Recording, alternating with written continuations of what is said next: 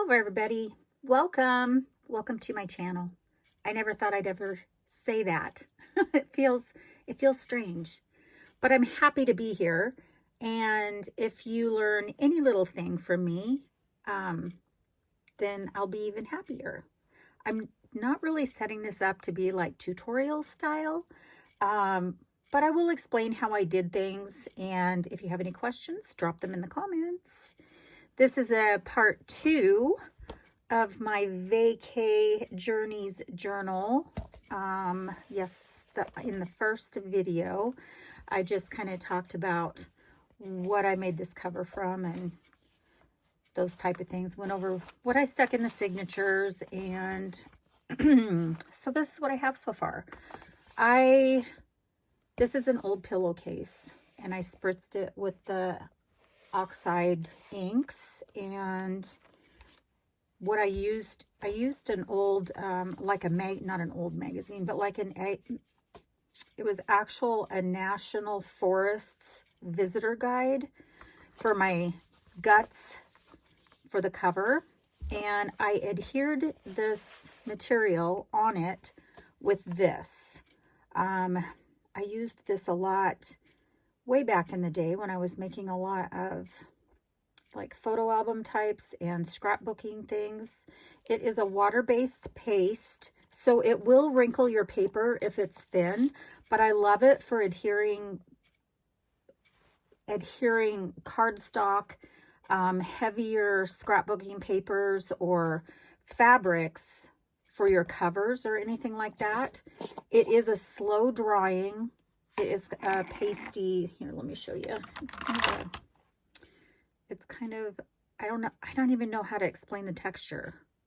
It looks like snot, doesn't it? There's a visual for you.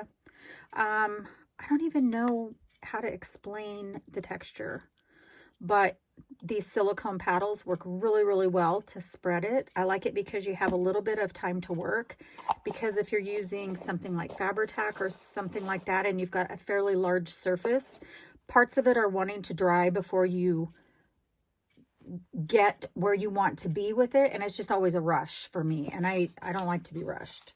So this works perfect. I did adhere this. I did let it dry overnight, and then this morning I stitched around a few times. A little FYI I didn't think about, and I was almost done. I was in my third lap, and then I don't know if you can see that little hole right there. So the edge of that magazine, it was meant to open like it was long. It was dang it. Come on, cooperate. It was long and it opened this way. So this was its spine, and it had the staples in its spine holding it together. And I never thought about the staples. I never thought about it because they're running this way, not this way. So, but my presser foot caught it and we almost had a disaster. It worked out. This is just for me. I'm way more careful when I'm making something for someone else or to sell, but this was kind of an experiment for me. I decided also to use elastic to put in, to hold my signatures with. So if I wanted to reuse this cover, I could, or I could add to the center of my signatures if I wanted to. So I did use a 5-hole pamphlet stitch to stitch together my signatures.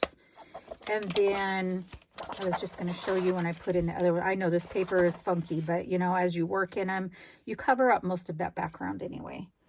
So I wasn't too worried about that.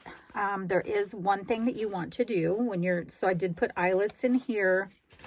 My knots ended up down here, and I actually made them small enough to pull through the eyelets. And my initial, get back up there, my initial idea was going to be to pull them into these wooden beads and adhere them with a spot of adhesive of some kind to hide the knots. But after I trimmed them and they were so small and they're barely visible here, I decided not to mess with it. So, you know, plans change along the way, right? Anybody else have that?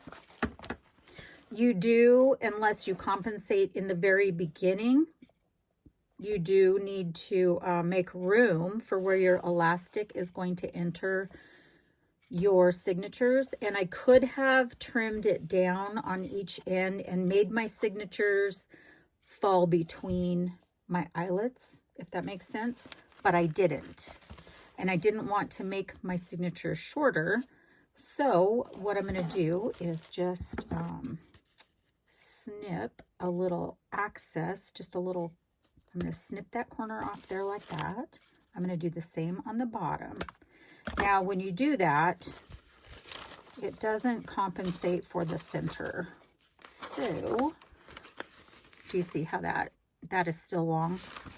So I'm going to turn it backwards. Sorry, I have a frog living in my throat today. I'm going to turn it backwards and I'm going to snip it again.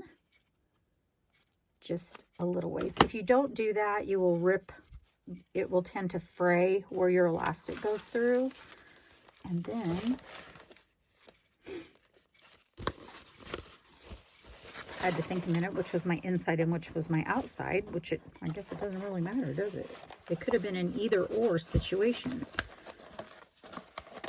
Then I'm just going to fidget these through here. I'm hung up on the other piece of elastic. There we go. Nothing ever wants to cooperate when you're filming. You know. Murphy. It's Murphy's Law. What will go wrong will wait and go wrong when you're trying to show somebody something. Just the way it is. So snip that. And I'm sure that some of y'all will be just like I am. You'll watch somebody do something and you go, oh my gosh, I don't know why she did that. Like, that was just silly. Why didn't she just do this? But that's how we all learn from each other. You kind of do your own thing. And I don't know. I just always get ideas from somebody. And then maybe I put my own spin on it and make it easier. Sometimes I put my own spin on it and make it way harder for myself. But, you know, that's kind of part of the fun, right? Getting yourself frustrated. That's my spin on it anyway. So there, I finally, this is, you know, like number 2. Got a little decor on there. I don't like this white elastic. And I can't tell you what size this is. I looked, I had taken it out of the package, so I don't know what size this is. I'm sure it's some kind of millimeter of some kind. It is about, it's a little smaller than the diameter of a pencil lead. That's all I can tell you. Sorry, not too informative, am I? And all I had was white, and I was going to dye it. There again, if I was making it as a gift or to sell, I would have probably dyed this to match the cover. But it's just for me. So here we are. And all my signatures are in it now. I probably will not have any kind of, I say that and then I'll go back and do it. But I probably at this point am not planning on putting any pockets or anything on here or here, but we will see how that pans out, because there again, I'm constantly changing my mind.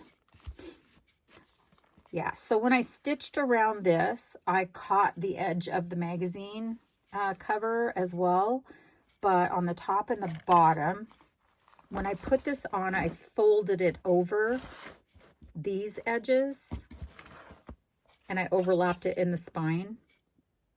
So when it left my top and my bottom raw edge. So once I stitched around it, I wanted it to fray a little bit. Like, I like that look, so that didn't bother me. But I did go in with some Fabri-Tac and just kind of put it down next to the top stitch, if that makes sense, on the bottom and the top. The edges are basically finished because they each got wrapped over. Yeah. So I'm just going to work in this periodically. I just thought I would hop on and show you the second phase of what I have done. I think each one of these signatures has, I want to say 11 pages. I want to say 11. 2, 3, 4, 5, 6, 7, 8, 9, 10, 11. Yes. So there we have it. We will revisit this periodically just to see how it's coming along. And if you have any questions, please drop them in the comment bar. And I hope to see you again soon. Love y'all. Bye for now.